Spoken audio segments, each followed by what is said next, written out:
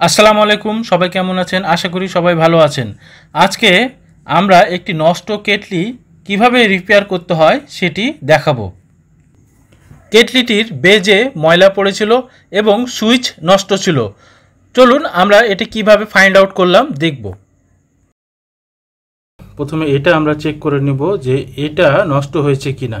তো প্রথমে আমরা 750 ভোল্টে রেখে আমরা এখানে দেখব যে এসি ভোল্টেজ আসছে কিনা। এখানে একটা পিন আছে এবং এখানে একটা পিন আছে।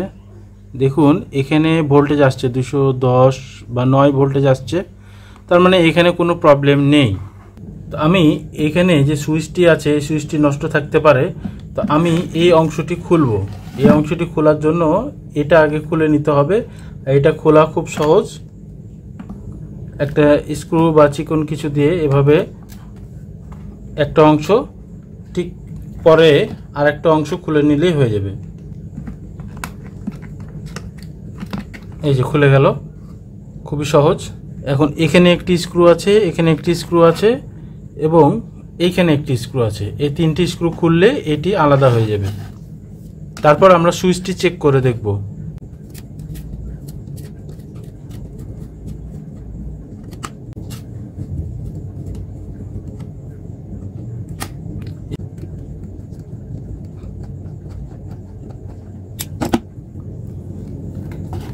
খুলে গেছে, এই যে এখন এটা খুলে যাবে। এই যে দেখুন খুলে গেল। এখানে আরেকটি স্ক্রু আছে, এই স্ক্রুটির অবস্থা পানি পড়ে আরও অনেক খারাপ হয়ে গেছে। এটু খুলতে পারলে আমরা এই সুইচটি খুলতে পারবো। খুলেছে স্ক্রুটি। এই যে দেখুন এখন এটি আলাদা হয়ে গেল।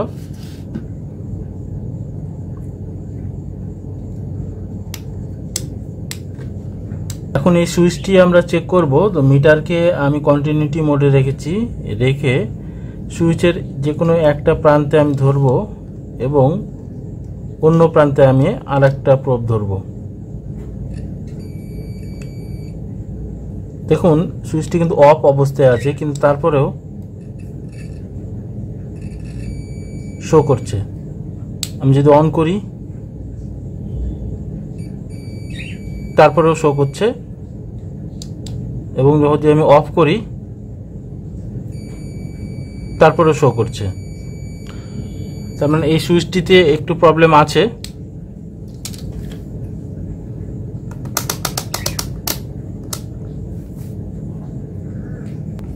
আমরা এর তিনটি স্ক্রু খুলব। এই স্ক্রু খুলে দেখব যে এর ভিতরে কোনো সমস্যা হয়েছে কিনা।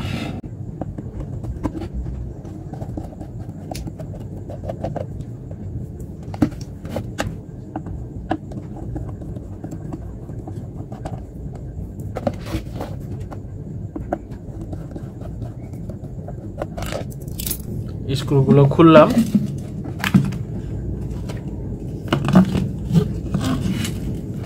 এই হলো ভিতরের অংশগুলো। এটা হলো সে কয়েল। আমরা একটু কয়েল চেক করব যে কয়েল ঠিক আছে কিনা। কয়েল চেক করার জন্য আমরা সে কন্টিনিউটি মোডে রেখেছি, যে কন্টিনিউটি মোড রেখে আমরা কয়েলের দুই প্রান্তে ধরে দেখব যে কয়েলটা ঠিক আছে কিনা। যেহেতু রেজিস্ট্যান্স আসছে তার মানে কয়েলটা ঠিক আছে। দেখুন একটা রেজিস্ট্যান্স আসছে, তার মানে কয়েলটা ঠিক আছে, কয়েলটা কাটেনি।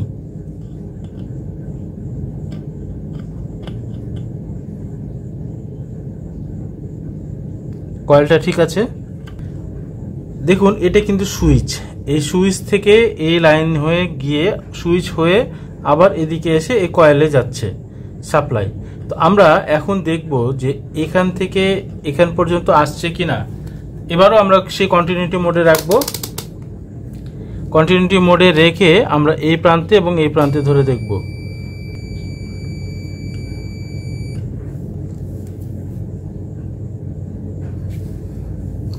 আমি সুইচটা অফ করলাম, অফ করেও দেখছি সুইচটা থেকে ভোল্টেজ আসছে বা লাইন আসছে।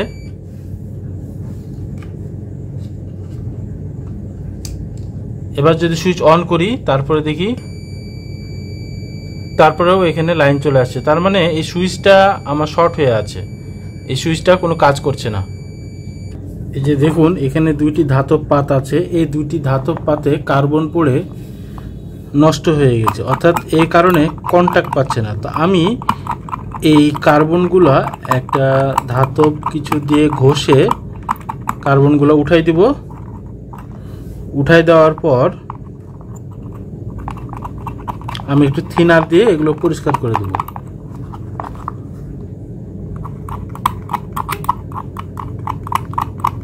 যার কারণে এসি সাপ্লাই, এই কার্বন পড়ার কারণে এসি সাপ্লাই ভিতরে প্রবেশ করছে না কেটলির ভিতরে। যদিও আমরা দেখলাম যে সুইচটি শর্ট সার্কিট হয়ে আছে, অর্থাৎ অন করলেও চলছে, অফ করলেও চলছে। সুইচটিও পাল্টাতে হবে, কিন্তু সুইচটি আমাদের মেন প্রবলেম না, কারণ সুইচটি অন থাকলেও পাওয়ার আসছে, অফ থাকলেও পাওয়ার আসছে, কিন্তু কেটলি পর্যন্ত পাওয়ার পৌঁছাচ্ছে না। সেই সাথে আমি এখানকার কার্বনগুলোও বা এখানকার ময়লাগুলোও আমি একটু পরিষ্কার করে ফেলবো যেন কন্ট্যাক্ট পায়। এগুলো পরিষ্কার করে আমি এখানেও একটু থিনার দিয়ে দেবো।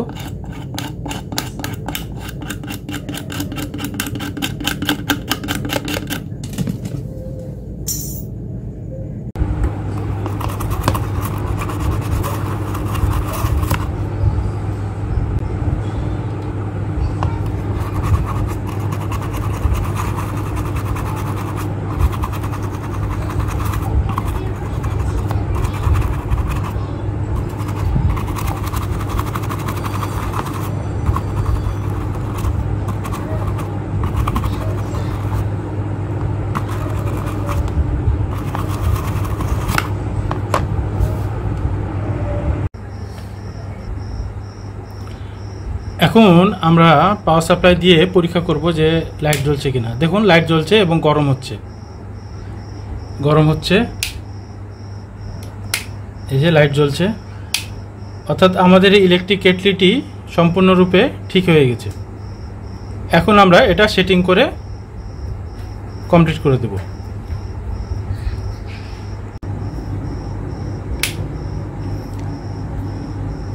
দেখুন লাইন দেওয়া হয়েছে, লাইট জ্বলছে এবং শব্দ পাচ্ছেন কিনা জানি না, পানিও কিন্তু গরম হতে শুরু করে দিয়েছে।